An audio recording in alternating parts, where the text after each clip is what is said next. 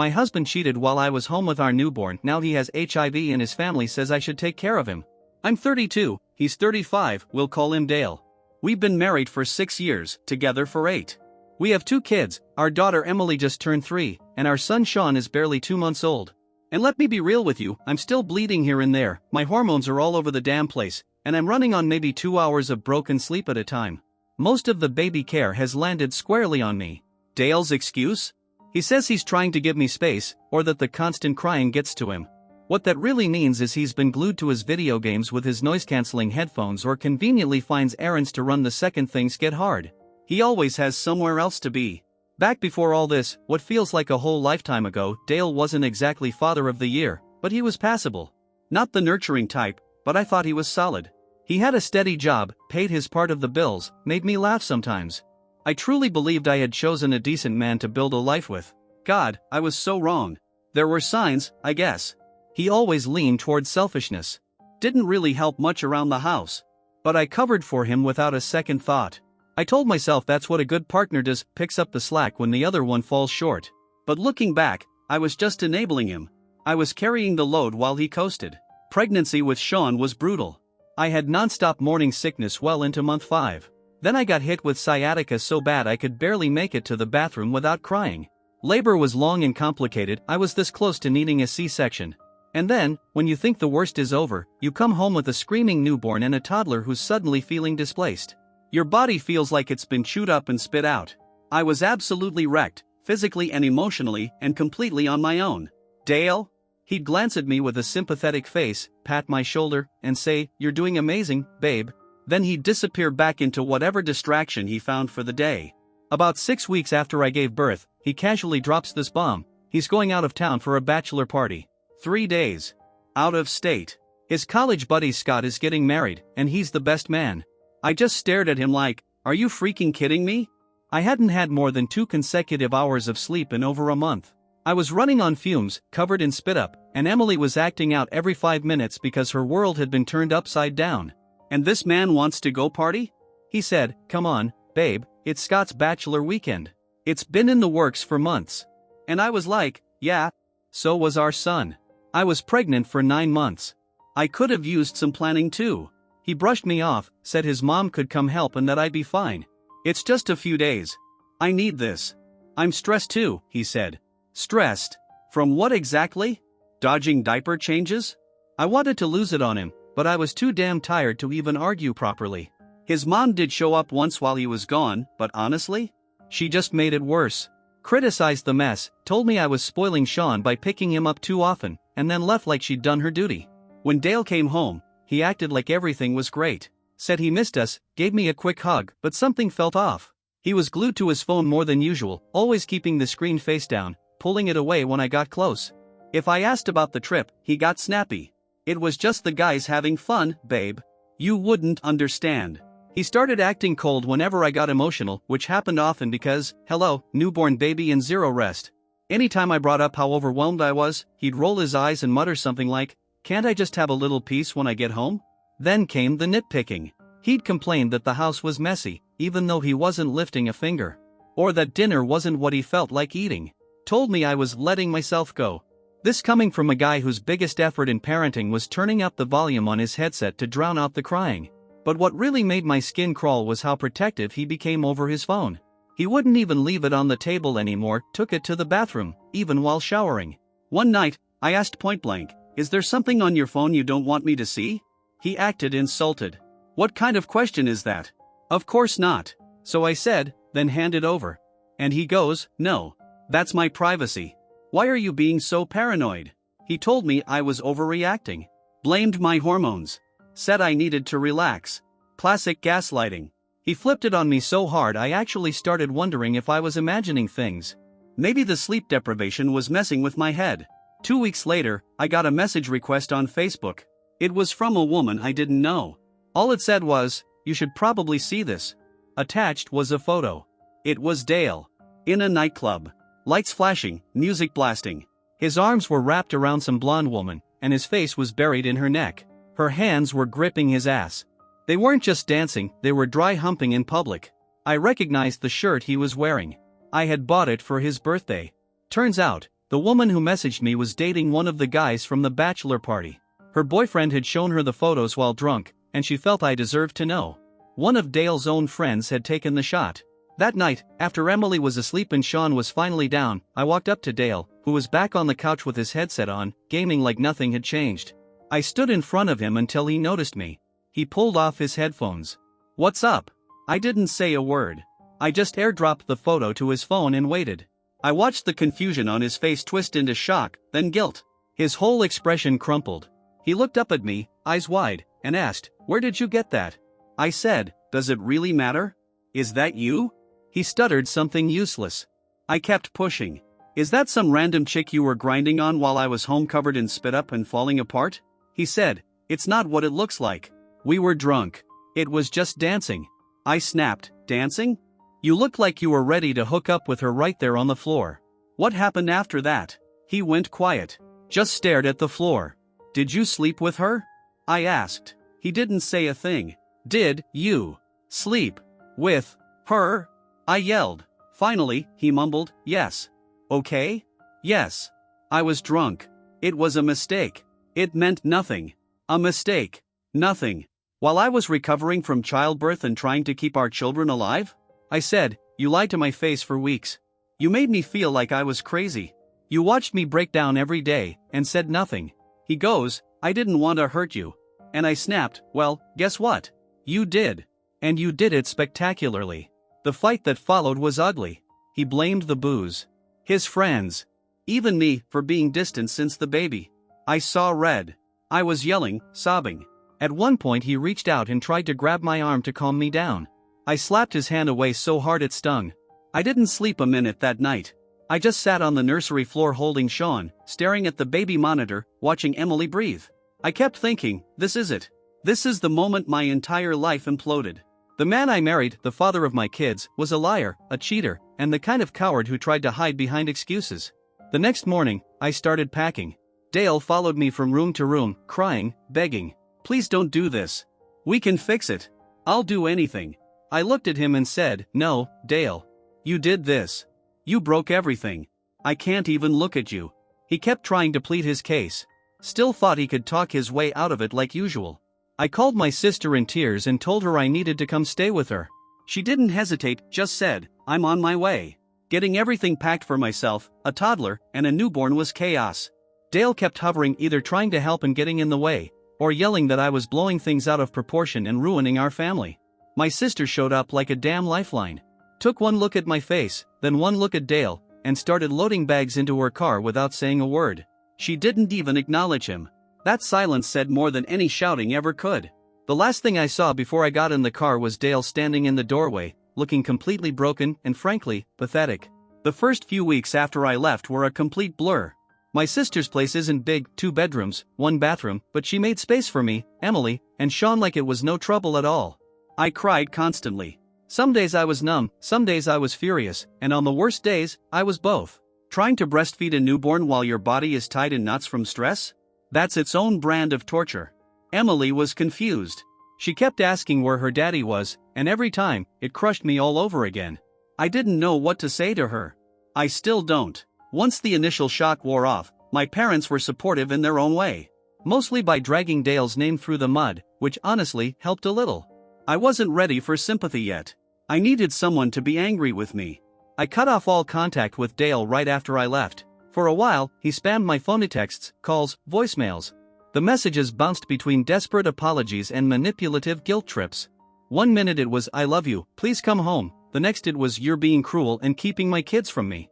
I ended up blocking him. From then on, everything had to go through my sister. That was about a month ago. Since then, I've been slowly trying to piece my life back together. I've started looking into daycare for Sean so I can eventually return to work. I've been apartment hunting too, trying to find something manageable for me and the kids. Then, 3 days ago, I got a phone call from Ruby, my mother-in-law. She was hysterical. Apparently Dale had been feeling awful for a while, and he finally went to see a doctor. They ran some tests. And the results? Well, they were worse than I could have imagined. That one-night stand at the bachelor party wasn't just some drunk hookup at a club. According to what Dale eventually admitted to his mom and what she sobbed down the phone to me after the club, he and a few of the guys hired sex workers. The woman he slept with wasn't just some random blonde grinding on the dance floor. No, the one he actually had sex with was a prostitute. And she left him with something permanent. Dale tested positive for HIV. He didn't catch it from the woman in the photo. He got it later that night from a sex worker he paid. So not only did he cheat, he did it multiple times. And he lied about all of it. Now his entire family is lighting up my phone. Ruby, his dad Phil, his siblings, they're all saying the same thing. He's terrified. He's devastated. He needs you. You're his wife. You're supposed to be there for him in sickness and in health. They're painting me as heartless for not immediately rushing to his side. His mother actually said, word for word, he made a mistake, but this is a tragedy. He could die. Don't you have any compassion? What about your vows?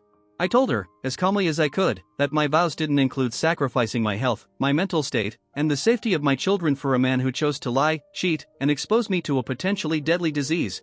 I reminded her that I had just given birth when all this happened, that he risked not only my life, but possibly Sean's too. I told them I want a divorce. And just like that, the backlash exploded. They called me heartless, cold, selfish, said I was abandoning Dale in his darkest hour, that I was a terrible wife, a cruel person. Even Dale's been sending messages through his mom, more apologies, more guilt, saying he's scared, that he doesn't want to be alone, that he knows he messed up, but he's begging for another chance. I've already made appointments to get myself and Sean tested. I'm having Emily tested too, just to be safe. The doctor said the risk to her is basically non-existent unless I contracted it during pregnancy or delivery with Sean, but I have to know for sure.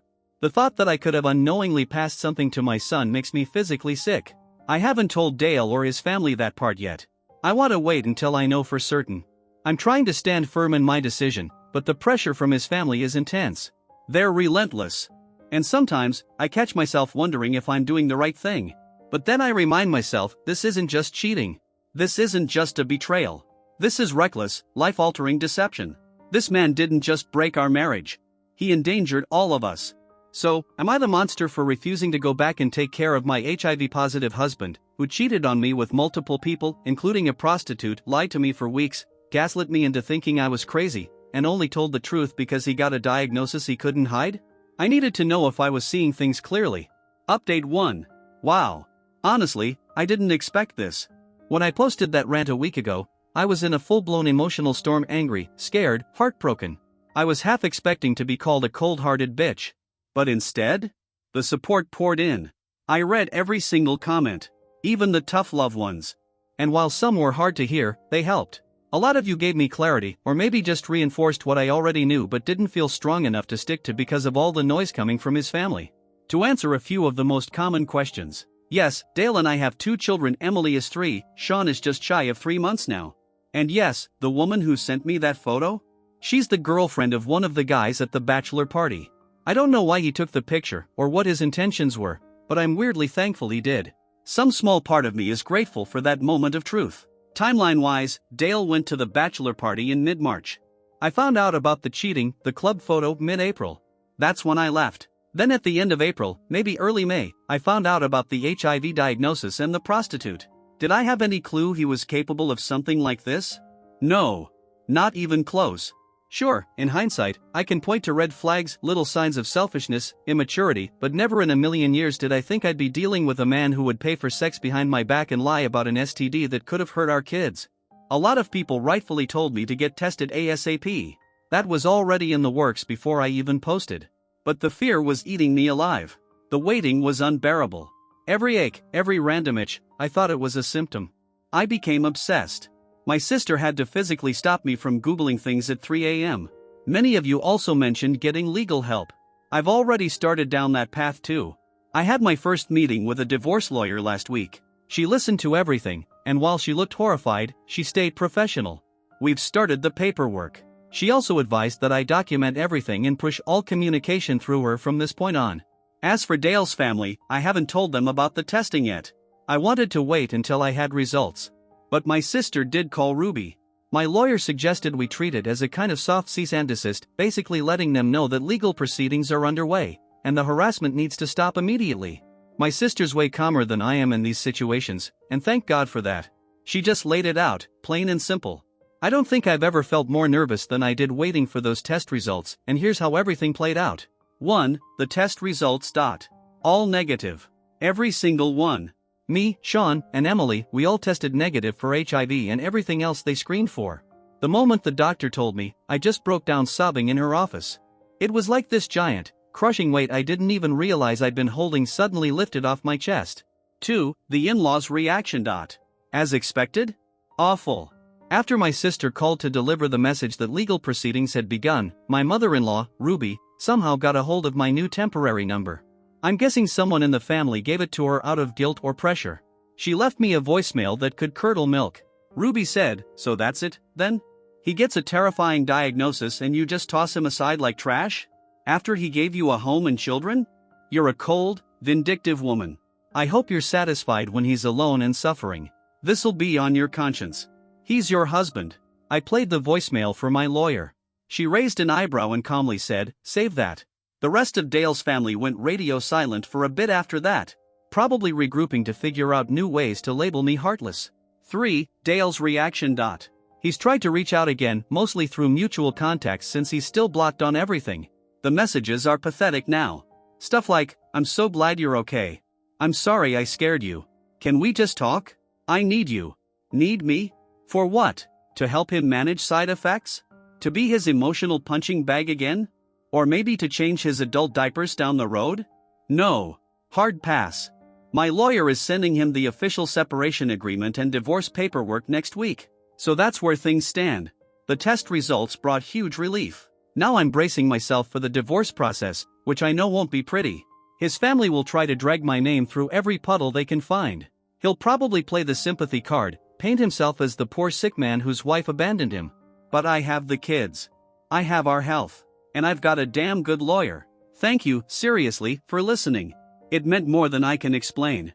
I'll post another update if something major happens, but honestly, I'm hoping for a long, boring stretch of nothing while the legal stuff gets handled. A girl can dream, right? Update 2. Hey everyone, checking in again. It's been around 8 months since that last post. So almost 9 months since D-Day, or HIV Day, as I've started calling it in my head. Dark humor is all I've got some days. I said I'd update if anything big happened. Well, things happened. A lot. Hopefully this is the final time I'll ever have to write about any of it. The divorce is finalized. Wrapped up just a few weeks ago. And just like I expected, it was an absolute mess. A complete circus. Dale, fueled by his ever-supportive family, tried to make everything as painful as possible. He actually argued for shared custody of both Emily and Sean. His lawyer even tried to suggest that me leaving him while he was sick and vulnerable proved I was unstable and unfit to parent. My lawyer? Didn't even blink. She laid out a crystal-clear timeline of his deceit, the health risk he exposed us to, and how he'd barely lifted a finger for the kids in the first place. Let's be real, he didn't even know what size diaper they wore. Thankfully, the judge saw through the nonsense. I was awarded full physical custody. Dale was granted supervised visitation with Emily at a monitored center. Sean is still too young, and honestly, I don't trust Dale's judgment enough to let him near an infant right now. Those visits are conditional, he has to prove he's sticking to his medical plan and isn't a risk. So far, he's only shown up to a couple. Most times, he backs out, claiming he's not feeling well. Financially, they tried pulling the pity card too. Claimed he shouldn't have to pay much child support or alimony because of his health issues and limited income. My lawyer reminded the court that this health issue came as a direct result of his choices. He was working just fine before he blew up our lives. The financial outcome isn't luxurious, but it's fair. It's enough to help me and the kids get properly set up. One tiny satisfying detail, he had to sell his precious car to cover some of the settlement. Call it karmic downsizing. The harassment from Ruby and the family continued for a while after that. She sent texts, called my parents, even left passive-aggressive comments on my sister's social media. Eventually, my lawyer sent another strongly worded cease and desist, and that finally shut them down. They still shoot daggers when we pass each other in town. We live in the same general area, unfortunately, but the direct attacks have stopped. As for Dale himself? From what I hear, not doing great. The HIV diagnosis wasn't just physical, it's hit him emotionally and mentally like a freight train. He's been sick a lot, struggling with meds. Most of his friends, including the bachelor party crew, have distanced themselves. Word got around about the prostitute and the diagnosis, and suddenly nobody wants to be his bro anymore. Scott, the groom from the infamous party, is apparently furious. Says Dale ruined everything. He also lost his job. Not because of the diagnosis directly, that'd be illegal, but because his attendance tanked, performance suffered, and his employer found enough legitimate reasons to let him go. His fears about losing income turned into a self-fulfilling prophecy. His parents are supporting him now. Ruby still occasionally tries to reach out through third parties, asking me to find it in my heart to forgive him, to show some Christian charity. Yeah. I find it in my heart to press delete. As for me and the kids, this part has been the hardest, but also the most rewarding. Figuring out life as a solo parent to 2 little ones has been a challenge. I'm exhausted all the time, but it's a different kind of tired. Not from being betrayed, not from crying in secret, but from living. From building something better. I found a small apartment. Emily has her own room. Sean's crib is in with me. It's quiet, peaceful, safe. Emily still asks about her dad sometimes. I don't lie to her. I keep it simple and honest. I tell her, Daddy made some big mistakes. He's sick, and he can't live with us right now. It hurts every time, but I won't cover up the truth, not even with good intentions. She sees him every now and then at those supervised visits. She's always happy to see him, but just as happy to come back home. Sean, thankfully, won't remember any of this. He's a happy, giggly little chunk, rolling around and discovering the world like nothing ever happened. I've started doing some freelance work from home. I'm looking into part-time daycare for Sean so I can grow that into something more steady. My parents and sister have been amazing. They've been the reason I made it through the darkest moments. So that's it. The divorce is done. We're safe. We're healthy. Dale is dealing with the fallout of his own actions, and his family's opinions? They don't matter. They don't pay my bills. They don't rock my baby to sleep at 3 a.m. Am I happy? Not in a life is perfect kind of way. I'm still healing. I still get angry. I still grieve the version of my family I thought I had. But there's peace now, a peace I haven't felt in years. And that counts for something. Thank you, truly, for being a voice of reason and support when I felt like I was drowning. You helped me feel less alone in the ugliest season of my life. Hopefully, this is the last chapter I'll ever write about Dale or his disaster. We're moving forward now. Take care, everyone.